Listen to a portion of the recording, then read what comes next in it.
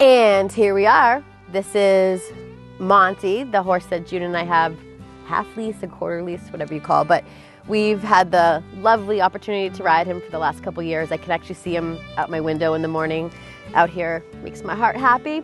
So he's, I believe, a half Percheron, half draft. He's a big boy, but I've also learned I'm a very novice horseback rider. June way outpaces me. She's been at it way longer.